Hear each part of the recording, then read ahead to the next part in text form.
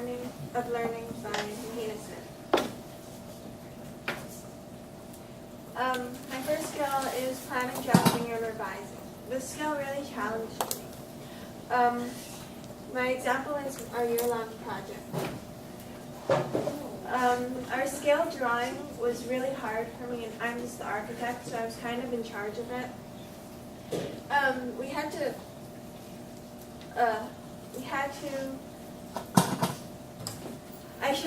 I learned to ask the right questions and plan before taking pencil to paper the first time, because what we should have asked the first time was like, how is the water gonna get from the central pipe into our bin, because it can't go up, using our heads, right? And how much space is gonna be in between each of those holes.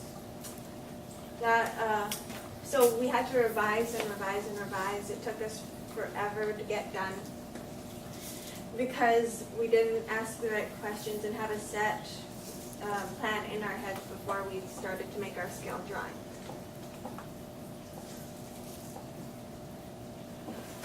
Making use of all of your resources. Take advantage of everything you're given, and don't take the long way when there's a shorter way there, an easier way. My example is our work table.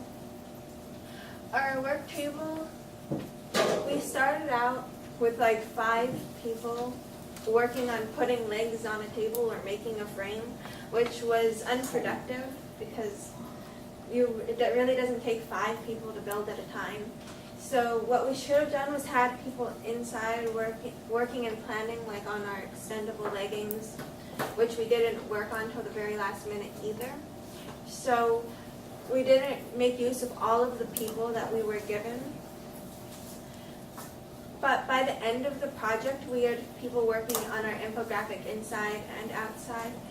And this really prepared us for our year-long project, which now we have some people inside working on water chemistry and our plant infographics when we were working on that, while other people were outside building. But I guess now we have to balance using special skills and actually working as a team, not just doing individual work. But overall, I see this as a success because we learned from our failures at the beginning. Imagination and curiosity.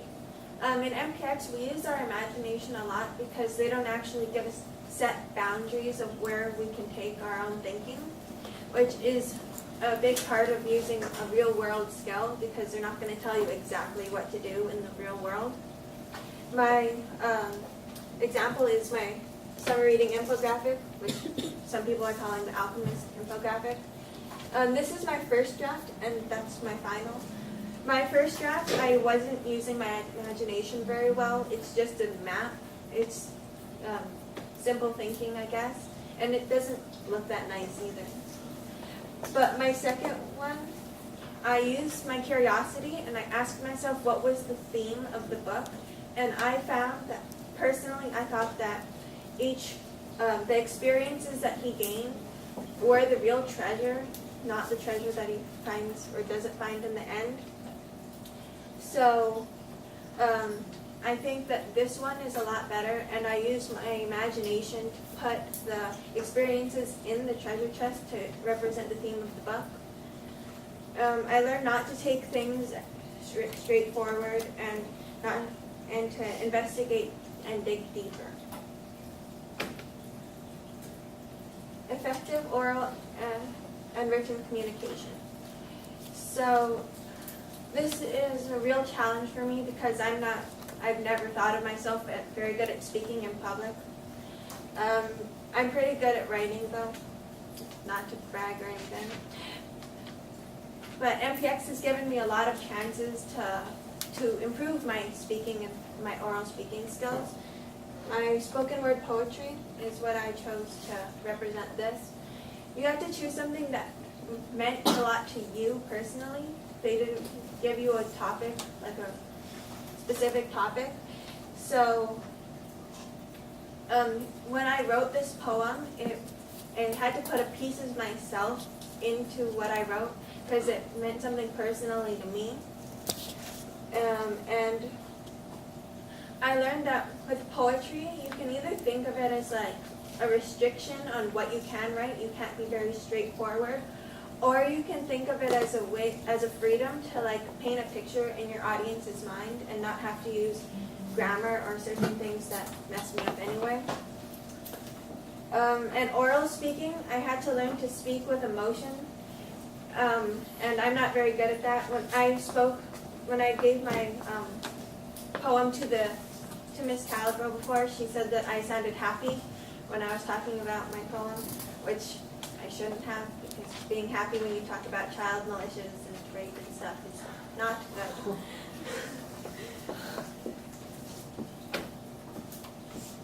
Looking at different angles. It's important to look at every angle of the topic so you can understand it fully. Like, for example, when you get a court case, you get two sides of the story. And each person defends themselves, right? The jury doesn't make a decision based on only one side. They don't jump to conclusions. It's easy to let your emotion take over and to just jump to that one conclusion that you feel is best, but that leads to things like government shutdown and war, and bad things like that. What I chose to represent this is the Africa imperialism infographic and game. So that's the game, that's the infographic. For the game, you got to think like a European leader, and you had to take over some place based on their minerals and what you needed.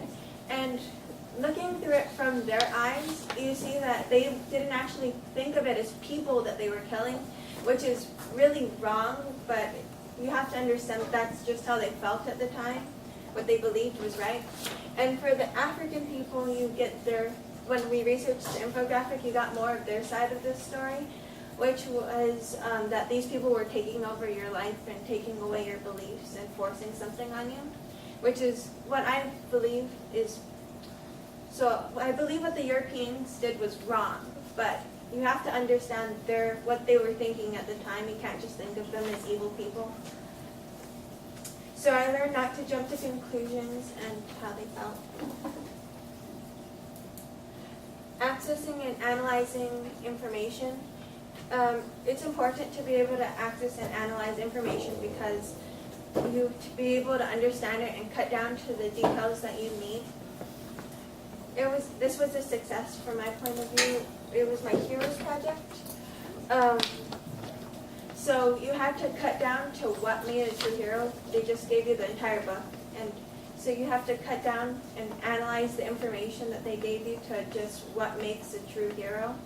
And by doing this, I found that I didn't think Odysseus was really a true hero because he was kind of mean and arrogant, and he kind of asked for everything that he got, and he brought down a terrible fate on his wife Penelope. And I found that I think Penelope was the true hero in the story because Penelope didn't deserve what she got, and she was very clever and thought of ways to avoid getting married. So by doing this, I was able to use the information from the book to show who my hero was, like what qualities made her a hero. And then I also had to analyze the information she gave me because everything she said wasn't really related to what the topic that I wanted to write about. So overall, I think MPX gives you the opportunity to learn skills that we can use in real life, like further down the road. I mean, geometry is important, but you don't always use that in the job that you use later on in life. I think MPX gives you these skills, and it teaches you how to work with others and stuff that you will need in the future, which is not something that you can get in other places. Thank you.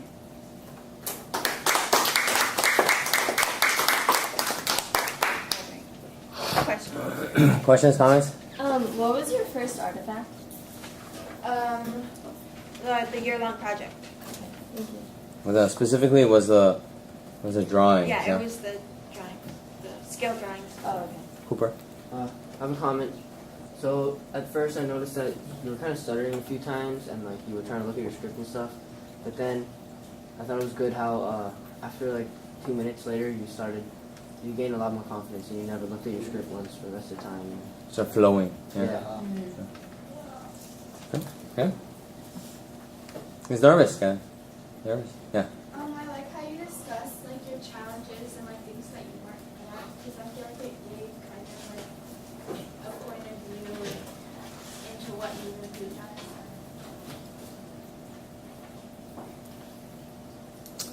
Questions, comments, anyone?